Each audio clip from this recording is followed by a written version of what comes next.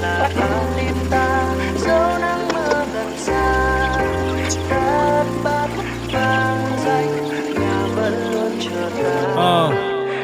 Yeah, just a tea và đen vâu. Yeah, đi về nhà, yeah. Lao vào đời và kiếm cơm, lao vào đời tìm cơ hội. Những thành thị thường lấp lánh, còn đêm thành thị thường trơ trọi. Như mọi đứa trẻ khác lớn lên muốn đi xa hoài. Nhà thì vẫn ở yên đó, đợi những đứa con đang ra ngoài. Bước ra ngoài mới biết không ở đâu bằng ở nhà. Biết có gì để mất trước khi sẵn sàng mở quà. Không phải là võ sĩ nhưng mà phải giỏi đấu đá. Nhiều khi kiệt sức chỉ vì gắn nhiều mình không xấu xa. Đôi lúc bỗng thấy đồng cảm với mái an tiên.